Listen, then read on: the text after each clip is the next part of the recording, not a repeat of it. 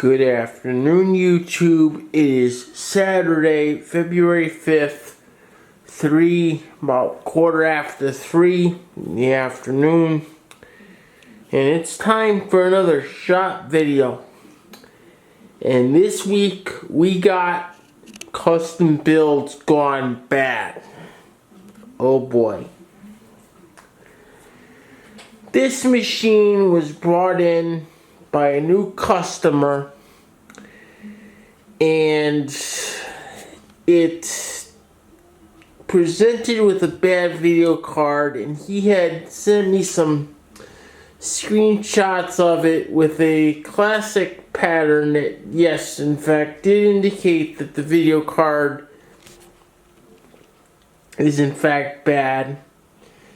And I saw that and I said, okay, yeah, this video card's no good. You need a new video card. So I ordered the video card up, got it in, got it installed. The good news is the video card works. The bad news is other things don't. The first thing I found when I got in here is you see the wiring mess. And you also may notice that there's no side covers anywhere on this machine. Well, I just found out that the owner runs this machine without the side covers on it. I'm not even gonna go there just yet, but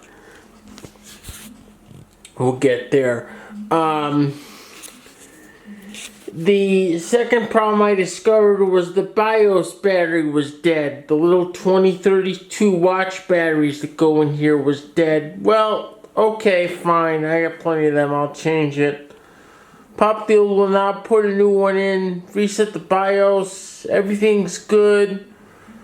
Which leads me quickly to problem number 2. None of the SATA drives are functioning correctly.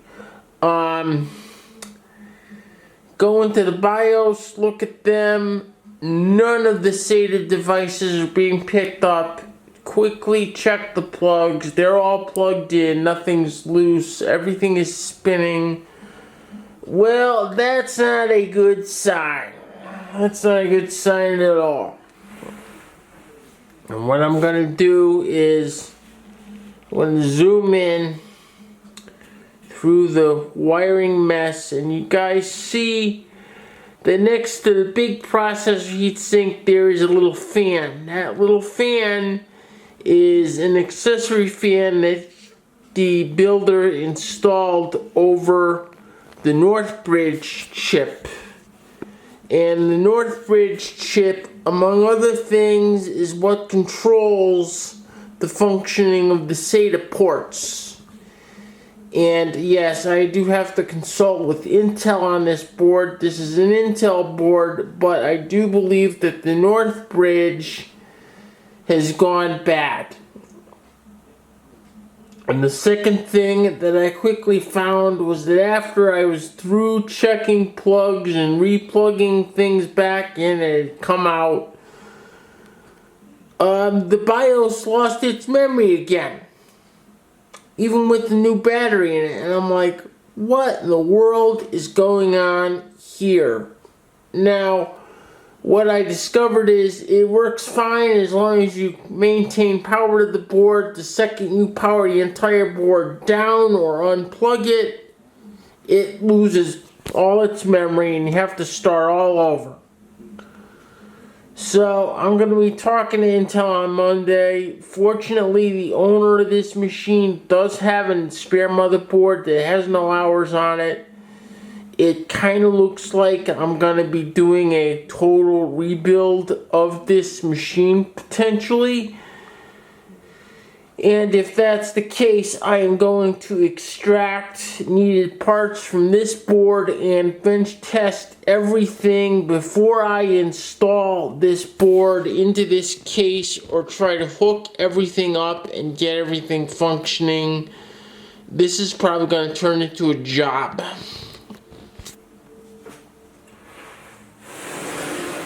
Okay, that brings us over to custom build number 2. And we're waiting for the light to recover here. Here we go. This is the loaner computer you guys saw in the last video. And when I went to pick it up, it was not passing its power on self-test. And I had suspected that was due to yet another bad stick of memory.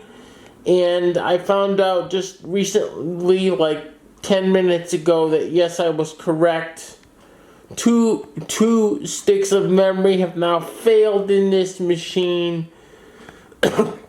I am going to replace all the RAM that's on this motherboard. This motherboard is an older board. The memory for this board is somewhat difficult to find now. I did manage to find 4 new sticks, and I'm going to pop them in here and get this machine re-imaged with Windows 10. It currently has Windows XP on it. And we're going to get this thing all ready to go and put away for the next customer that needs it. The original machine that this was taking the place of has since been put back in its hole and all set up. I do have some other jobs that I need to do for that particular business. We'll be getting to those next or this coming week.